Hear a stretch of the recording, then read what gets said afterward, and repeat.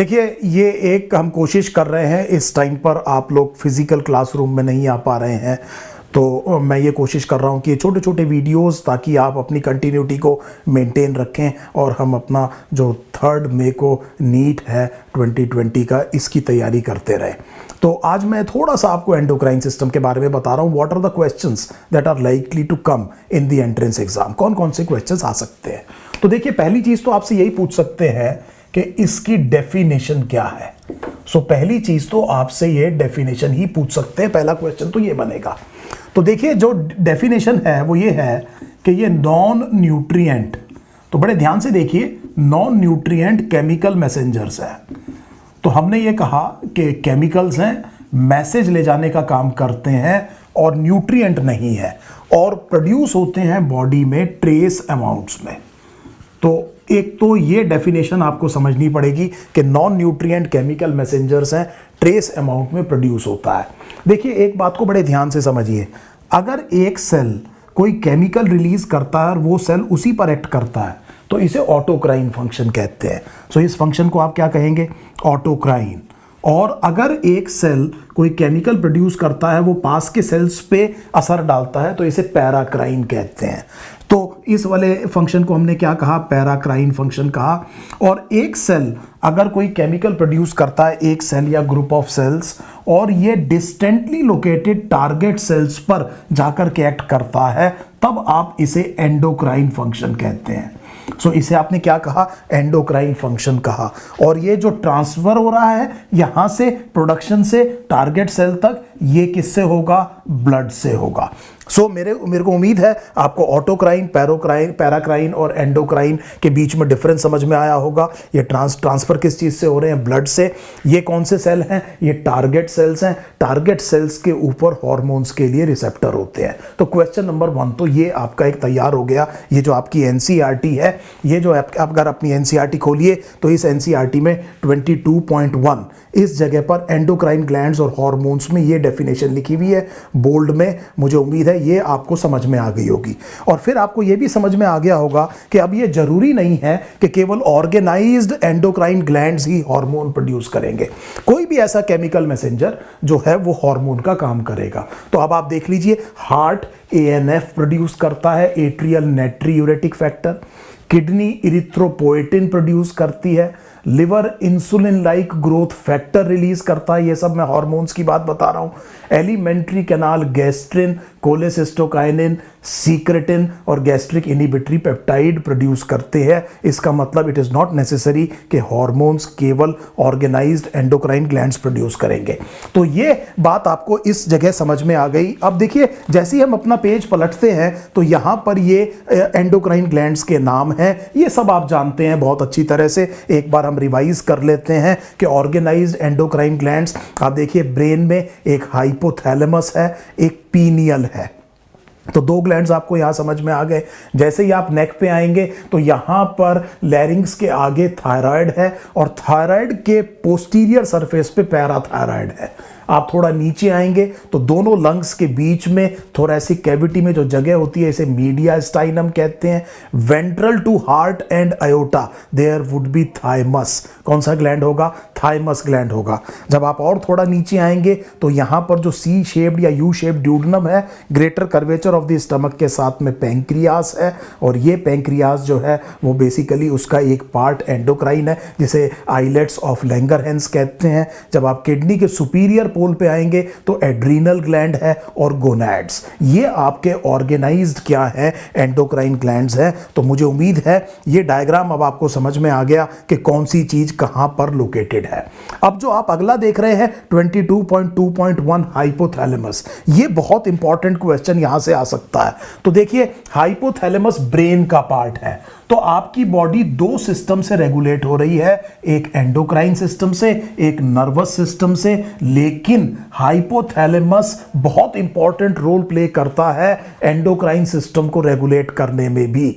तो highest seat of coordination human body में हमेशा आपको ब्रेन दिखाई देगा। सो ये बात, एक और बात याद रखिए, दो अलग अलग सिस्टम है, neural system, endocrine system. Neural system का जनरली जो असर है वो पिन पॉइंट होता है, तो नर्व वहां तक पहुंचती है जहां पर टारगेट है, वहां पर कोई ना कोई न्यूरोट्रांसमीटर या न्यूरोकेमिकल कोई रिलीज होता है, जिसकी वजह से जनरली प्रिसाइज क्या होते हैं, एक्शन होते हैं, वेरी फास्ट एक्शन होते हैं। एंडोक्राइन सिस्टम में वाइड स्प्रेड एक्शंस होते हैं और जनरली जो है स्लो होते हैं। इस तरह का एक बेसिक आप क्या कर सकते हैं, डिफरेंशिएशन कर सकते हैं। लेकिन एंडोक्राइन सिस्टम इंफ्लुएंस करता है नर्वस सिस्टम को, नर्वस सिस्टम इंफ्लुएंस करता है एंडोक्राइन सिस्टम को, लेकिन हाईएस्ट सीट ऑफ कोऑर्डिनेशन हमेशा ब्रेन रहेगा। अब देखिए, जब हाइपोथैलेमस के जब एंडोक्राइन फंक्शन की बात आती है, सो एक और क्वेश्चन आएगा, एंडोक्राइन फंक्शंस ऑफ हाइपोथैलेमस। सो एक ये क्वेश्चन आ सकता है, अब इसको देखते हैं। देखिए, हाइपोथैलेमस प्रोड्यूस करता है रिलीजिंग हार्मोन्स और इनहिबिटरी हार्मोन्स। तो अभी मैं बात करता हूं क्या प्रोड्यूस करता है, रिलीजिंग हार्मोन और इनहिबिटरी हार्मोन्स, और दो और न्यूरो हार्मोन्स प्रोड्यूस करता है। सो देखिए, इनको स्पेसिफिकली हम क्या कह रहे हैं, न्यूरो हार्मोन्स। एक का नाम है ADH, एंटी डायूरेटिक हार्मोन, इसे वेसोप्रेसिन भी कहते हैं, और दूसरे का नाम है ऑक्सीटोसिन। सो ये बात याद रखिए, ये एंडोक्राइन फंक्शन है हाइपोथैलेमस का, रिलीजिंग हार्मोन, इनहिबिटरी हार्मोन, और यहां पर हमने कहा कि दो हार्मोन्स और बनाता है, एक ADH और ऑक्सीटोसिन। अब ध्यान दीजिए, ह्यूमन बीइंग्स में पिट्यूटरी के दो फंक्शनल लोब्स हैं। तो देखिए, एक और क्वेश्चन मैं आपको करा रहा हूं, पिट्यूटरी के 3 लोब्स होते हैं। इंटरमीडिएट लोब ह्यूमन बीइंग्स में ज्यादा डेवलप नहीं होता और वो एंटीरियर पिट्यूटरी के पार्स डिस्टैलिस से मर्ज हो जाता है। तो ये भी याद बात समझ लीजिए। सो हमने क्या कहा कि ह्यूमन बीइंग्स में जो इंटरमीडिएट लोब है वो एंटीरियर पिट्यूटरी के पार्स डिस्टैलिस से मर्ज हो जाता है। तो एक क्वेश्चन तो आप अभी कर लीजिए, देखिए बड़े ध्यान से समझिए। मान लीजिए एग्जाम में क्वेश्चन आ जाए कि मेलानोसाइट स्टिमुलेटिंग हार्मोन कौन प्रोड्यूस करता है। तो मान लीजिए क्वेश्चन आया कि मेलानोसाइट स्टिमुलेटिंग हार्मोन कौन प्रोड्यूस करता है, तो आपका आंसर होना चाहिए इंटरमीडिएट लोब ऑफ पिट्यूटरी। सो क्या आंसर होना चाहिए, इंटरमीडिएट लोब। लेकिन अगर उन्होंने स्पेसिफिकली ये पूछ लिया कि ह्यूमन बीइंग्स में ये हार्मोन कौन प्रोड्यूस करता है, तब आंसर एंटीरियर पिट्यूटरी आएगा। तो मुझे उम्मीद है आपको समझ में आ गया, ये बेसिक फंक्शन जो है वो इंटरमीडिएट लोब का है। लेकिन क्योंकि ये इंटरमीडिएट लोब जो है वो ह्यूमन बीइंग्स में पार्स डिस्टैलिस से जाकर के मर्ज हो जाता है, तो हम ये कह रहे हैं कि ये काम कौन करता है, एंटीरियर पिट्यूटरी करता है ह्यूमन बीइंग में। अब आप ये देखिए कि ये जो हाइपोथैलेमस है ये कनेक्टेड है पिट्यूटरी के दोनों लोब से। बहुत इंपॉर्टेंट क्वेश्चन अगला आपके एग्जाम में यहां से आएगा कि हाइपोथैलेमस और पिट्यूटरी के दोनों लोब्स के बीच में कनेक्शंस बताइए। एक चीज ये समझ लीजिए कि जो एंटीरियर पिट्यूटरी है इसको एडिनो हाइपोफिसिस भी कहते हैं।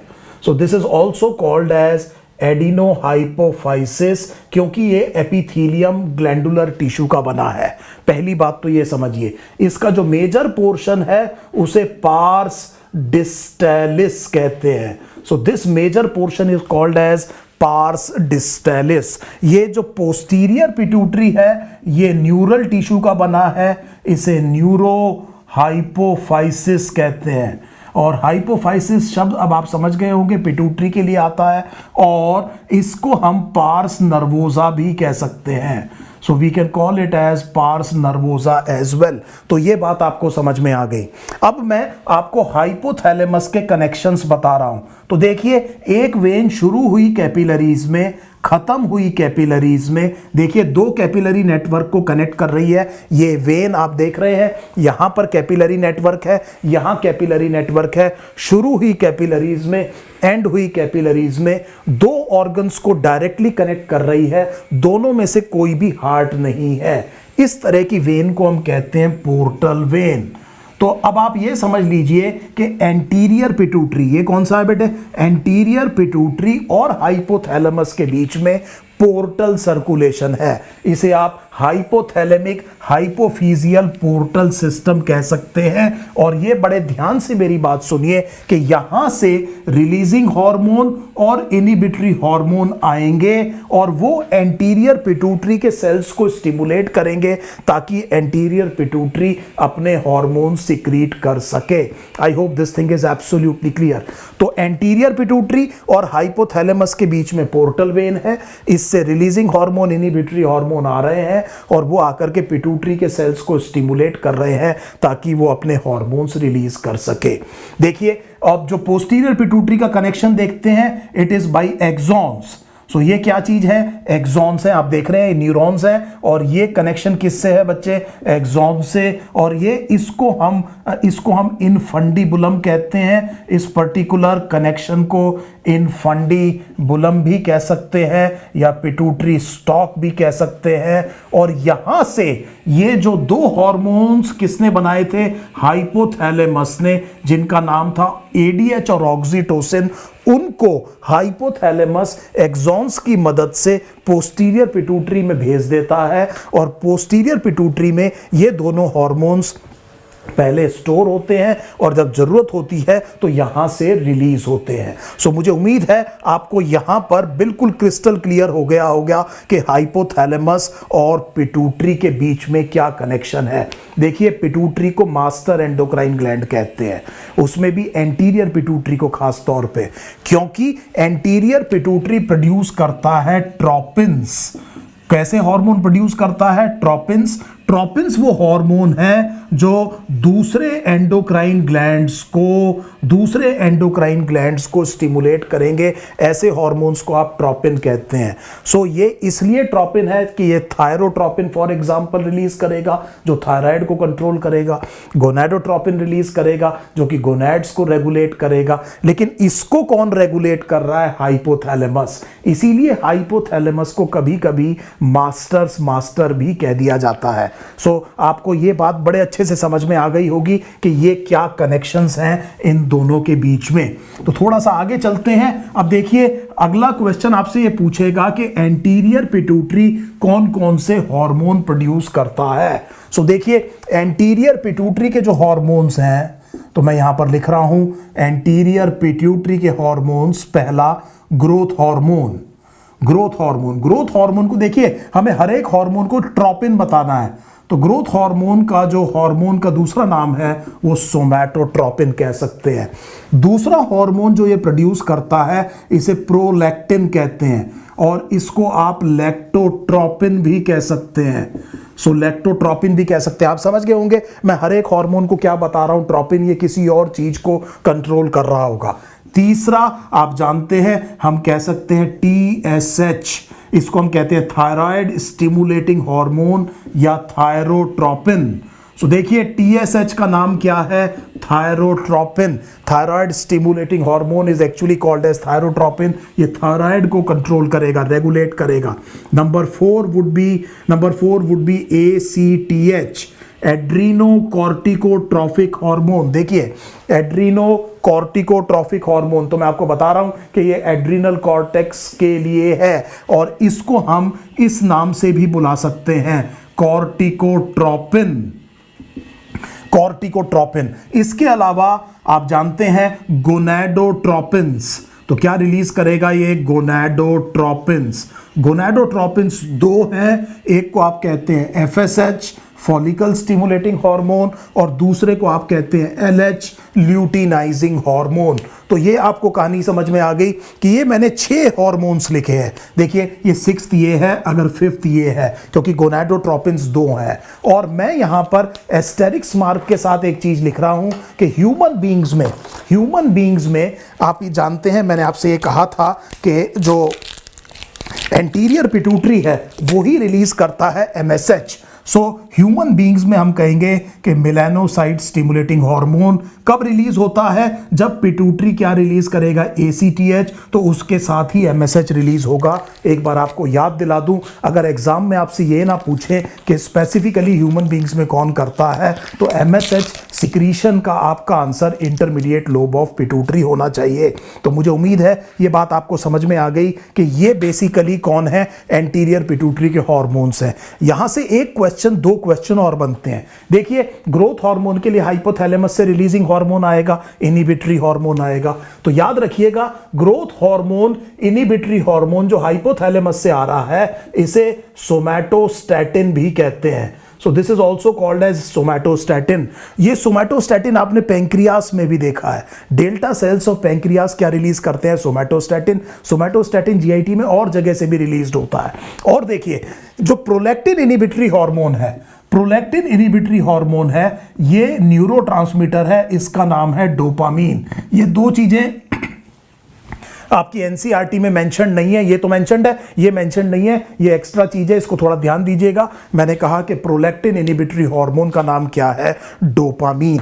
तो मुझे उम्मीद है कि अब अगर आप बैठ के इसी टाइम पर थोड़ी देर रोकिए वीडियो को और ये पूरा पैराग्राफ पढ़िए, तो जैसे ही आप पूरा पैराग्राफ पढ़ेंगे तो आपको समझ में आ जाएगा हमने क्या कहा है। देखिए, इस लाइन को और देख लीजिए। The posterior pituitary is under the direct neural regulation of the hypothalamus. So देखिए, ध्यान से देखिए, the posterior pituitary is under the direct neural regulation of the hypothalamus. ये मैंने आपको बताया ही था कि एक्सॉन्स कनेक्ट होते हैं हाइपोथैलेमस से, और हाइपोथैलेमस प्रोड्यूस करता है ADH और ऑक्सीटोसिन। उन्हें स्टोर किस में करता है? पोस्टीरियर पिट्यूटरी में। पोस्टीरियर पिट्यूटरी से फिर उन्हें रिलीज कराता है। तो पोस्टीरियर पिट्यूटरी स्टोरेज और रिलीज सेंटर है न्यूरो हार्मोन्स का, ADH और ऑक्सीटोसिन का, जो कि एक्चुअली हाइपोथैलेमस ने बनाया है। और पोस्टीरियर पिट्यूटरी नर्वस टिश्यू का बना है, इसीलिए हमने इसे पार्स नर्वोसा भी कहा था। तो मुझे उम्मीद है आपको समझ में आ रही होगी। अब आप थोड़ा सा आगे चलेंगे तो देखिए, अगर हम अपनी NCERT को आगे देखें, इस पैराग्राफ पर आए तो देखिए यहां पिट्यूटरी के सारे हार्मोन्स लिखे हैं। तो देखिए, this diagram shows you the connection of between pituitary and hypothalamus. तो आप देख पा रहे हैं, ये एंटीरियर पिट्यूटरी, इसके बीच में देखिए कैपिलरी नेटवर्क है, यहां पर भी कैपिलरी नेटवर्क है, ये पोर्टल सर्कुलेशन है। और देखिए, ये हाइपोथैलेमस और पोस्टीरियर पिट्यूटरी के बीच में एक्सॉन्स से कनेक्शन है। ये बात मैंने आपको बताया। और देखिए, एडिनोहाइपोफाइसिस शब्द हमने देखा, न्यूरोहाइपोफाइसिस शब्द हमने देखा, पार्स इंटरमीडिया हमने शब्द देखा, पार्स डिस्टेलिस हमने कहा, आप एंटीरियर पिट्यूटरी को कहेंगे। और आप ये देखिए, growth hormone, prolactin, thyroid stimulating hormone, ACTH, LH और FSH। और पार्स इंटरमीडिया के बारे में क्या कह रहे हैं? MSH। और उसके बाद देखिए आपकी NCERT क्या कह रही है? However in humans the pars intermedia is almost merge with pars distalis. और फिर ये ऑक्सीटोसिन और वेसोप्रेसिन की बात हो रही है कि ये किस तरह से हाइपोथैलेमस बनाता है और उसके बाद में उन्हें स्टोर और रिलीज कहां से कराता है? पोस्टीरियर पिट्यूटरी से। तो मैं यहां पर अब अगला पैराग्राफ आपको बता रहा हूं, इन हार्मोन्स के कुछ इंपॉर्टेंट फंक्शंस आपको बता रहा हूं इस वीडियो में। फिर हम बाद में और दूसरे एंडोक्राइन ग्लैंड्स अगले वीडियोस में करेंगे। तो देखिए, इस बात को बड़े ध्यान से समझ लीजिए। इसको अब हम मिटा देते हैं। तो देखिए, ग्रोथ हार्मोन के ऊपर क्या क्वेश्चन आ सकता है। तो पहली चीज, एक तो मैं आपको NCERT के थोड़ा बाहर बता रहा हूं, तो इसको थोड़ा सा ध्यान दीजिएगा। एक चीज हम NCERT के बाहर कर रहे हैं कि ग्रोथ हार्मोन सीधा टारगेट सेल पे एक्ट नहीं करता। तो ग्रोथ हार्मोन के जो टारगेट सेल हैं, एक तो बोन्स हैं, इसे आप स्केलेटल टिश्यू कहोगे, और उसके आसपास जो भी टिश्यू है इसे आप सॉफ्ट टिश्यू कहोगे। सो ग्रोथ हार्मोन जनरली पहले लिवर पर एक्ट करेगा, और लिवर पहले रिलीज करेगा इंसुलिन लाइक ग्रोथ फैक्टर्स 1। तो आपकी NCERT देखिए एक जगह लिख देती है कि लिवर भी हार्मोन प्रोड्यूस कर रहा है। तो मैंने एक हार्मोन लिवर का जो प्रोड्यूस कर रहा है उसका नाम आपको बता दिया। दूसरा है एंजियोटेंसिनोजन, दूसरा है एंजियोटेंसिनोजन। तो ये बात आपको समझ में आ गई। फिर ये टारगेट ऑर्गन्स के ऊपर क्या करता है? एक्ट करता है। इस तरह से इसको किसी जमाने में सोमैटोमिडिन्स कहते थे। तो इनको किसी जमाने में सोमैटोमिडिन्स कहते थे। अब ये टर्म ज़्यादा इस्तेमाल नहीं होती, लेकिन यूजफुल टर्म है, आप याद कर सकते हैं इसको। तो मुझे उम्मीद है ये समझ में आ गया। अब देखिए, ग्रोथ हार्मोन की डेफिशिएंसी उम्र में किस टाइम पर हो रही है, ये बहुत जरूरी है। सो देखिए, ग्रोथ हार्मोन की डेफिशिएंसी अगर बचपन में हो रही है तो ड्वार्फिज्म होता है। तो बड़े ध्यान से मेरी बात सुनिए। अब बहुत ही इंपॉर्टेंट क्वेश्चन हम कर रहे हैं जो कि आ सकता है यहां से आपके एंट्रेंस में, ध्यान दीजिएगा इसको। तो मैंने ये कहा कि अगर ग्रोथ हार्मोन की डेफिशिएंसी है और ये डेफिशिएंसी चाइल्डहुड में है, अगर ये डेफिशिएंसी चाइल्डहुड में है तो ड्वार्फिज्म होता है। सो ड्वार्फिज्म होता है। और ड्वार्फिज्म में एक बात याद रखिएगा कि मेंटल डेवलपमेंट नॉर्मल होगी। सो पिट्यूटरी में जो ड्वार्फिज्म होता है उसमें मेंटल डेवलपमेंट पे असर नहीं होता। थायराइड की कमी से जो ड्वार्फिज्म होता है उसमें मेंटल रिटार्डेशन होती है, पिट्यूटरी में नहीं। तो ये बात याद रखिए कि ग्रोथ हार्मोन की डेफिशिएंसी चाइल्डहुड में इसने क्या किया, ड्वार्फिज्म किया। और देखिए, एडल्ट में कोई फर्क नहीं पड़ेगा। सो ग्रोथ हार्मोन की जरूरत नहीं है एडल्टहुड में। So deficiency of growth hormone in adulthood, no significant clinical effect. तो हमने ये कहा कि एडल्टहुड में अगर क्या हो गया है, डेफिशिएंसी हो गई है, तो हम ये कह रहे हैं नो सिग्निफिकेंट इफेक्ट। ये बात आप याद रखिएगा, कोई सिग्निफिकेंट इफेक्ट नहीं आएगा। अब हम बात करते हैं ग्रोथ हार्मोन की एक्सेस की। सो अगर ग्रोथ हार्मोन की एक्सेस बचपन में हो जाए, चाइल्डहुड में, तो जाइजेंटिज्म होता है। सो जाइजेंटिज्म होता है, ये याद रखिएगा। This is excess of growth hormone in childhood. बहुत ज़्यादा हाइट होती है। देखिए, पिट्यूटरी बहुत छोटा ग्लैंड है, 1 ग्राम का ग्लैंड है, मटर के दाने जितना। और पिट्यूटरी लोकेटेड है एक सैडल लाइक डिप्रेशन में, स्फीनॉइड बोन होती है ब्रेन की, इसे हम कहते हैं सेला टर्सिका। उसके अंदर ये छोटा सा पिट्यूटरी के अंदर 2, एक एंटीरियर एक पोस्टीरियर। अब आप सोचिए, इसमें अगर उन सेल्स का ट्यूमर हो जाए जो ग्रोथ हार्मोन बनाते हैं तो बाकी सेल्स क्रश हो जाएंगे। तो इसीलिए जाइजेंटिज्म में thyroid failure, gonadal failure, adrenal cortex failure, ये सारे फेलियर्स देखने को मिलते हैं। तो मल्टीपल प्रॉब्लम्स आती हैं किसमें, बेसिकली अगर जाइंट्स हैं, इसीलिए इनका ट्रीटमेंट इतना आसान नहीं है। अब जो सबसे इंपॉर्टेंट क्वेश्चन है वो ये है कि अगर ये एडल्टहुड में आ जाए, सो अगर ये एक्सेस क्या हो जाए, एडल्टहुड में हो जाए, तब इस कंडीशन को हम कहते हैं एक्रोमेगैली। सो इस कंडीशन को हमने क्या कहा, एक्रोमेगैली। तो देखिए, बोन की लेंथ तो नहीं बढ़ पाएगी, क्योंकि लेंथ तो जब बोन के जो एंड्स फ्यूज हो जाते हैं उसके बाद उसकी लेंथ नहीं बढ़ सकती, लेकिन गर्थ बढ़ जाएगी। तो उंगलियां मोटी मोटी हो जाएंगी, नेजल बोन फ्लेयर अप हो जाएगी, फ्रंटल बॉसिंग हो जाएगी, फ्रंटल बोन काफी प्रोमिनेंट होगा, जॉ आगे की तरफ आ जाएगा, इसे प्रोग्नेथिज्म कहते हैं। सो आप समझ पा रहे हैं, पिक्यूलियर फेशियल फीचर समझने की कोशिश कीजिए। तो नेजल बोन फ्लेयर्ड अप है, बहुत प्रोमिनेंट क्या है, फ्रंटल बोन है, जॉ बोन क्या है, आगे की तरफ निकली हुई है, और जो टंग है वो काफी बड़ी है। टंग काफी बड़ी है तो बोलने में आवाज बहुत खराब होगी। इस तरह का एक पिक्यूलियर फेशियल फीचर, इसे आप एक्रोमेगैली कहते हैं। सो आप याद रखिए, आपके लिए क्विज छोड़ता हूं कि इंडिया के एक बड़े फेमस जो रेसलर हैं उनको ये प्रॉब्लम है। अब आप ये देखिए कि उंगलियां कैसी होंगी, मोटी मोटी। इस कंडीशन को आप क्या कहते हैं, एक्रोमेगैली। देखिए, यहां पर एक क्वेश्चन और आएगा, ड्वार्फिज्म का ट्रीटमेंट कैसे करें। तो देखिए, ड्वार्फिज्म का ट्रीटमेंट बहुत पहले ऐसे किया जाता था कि आप डेड बॉडी से, कैडेवर्स से पिट्यूटरी एक्सट्रैक्ट निकाल के उसमें से ग्रोथ हार्मोन प्यूरिफाई करते थे। सो पहले क्या करते थे, जो डेड बॉडीज है उनका पिट्यूटरी एक्सट्रैक्ट निकाल के ग्रोथ हार्मोन को प्यूरिफाई करके जिनको डेफिशिएंसी है उनको दिया जाता था। अब बड़े ध्यान से मेरी बात सुनिए, उस पिट्यूटरी एक्सट्रैक्ट में, जो पिट्यूटरी एक्सट्रैक्ट होता था कैडेवर का, उसमें हमने ये कहा कि एक बहुत बड़ी प्रॉब्लम थी, that was the presence of prions. आप जानते हैं, इन्फेक्शियस प्रोटीनेशियस पार्टिकल, और ये ह्यूमन बींग्स में करते हैं क्रूड्सफेल्ट जेकब डिजीज। तो इसे हमने क्या कहा, क्रूड्स फेल्ट, ये बायोलॉजिकल क्लासिफिकेशन का बहुत इंपॉर्टेंट क्वेश्चन है। इसे आपने क्या कहा, क्रूड्स फेल्ट जेकब डिजीज, और ये फैटल होता था। So this was fatal. अब हम ग्रोथ हार्मोन को रिकॉम्बिनेंट डीएनए टेक्नोलॉजी या जेनेटिक इंजीनियरिंग से बनाते हैं। So now it is being made by recombinant DNA technology. So ये बात आप याद रखिए, इतनी चीज ग्रोथ हार्मोन के बारे में आपको पता होनी चाहिए।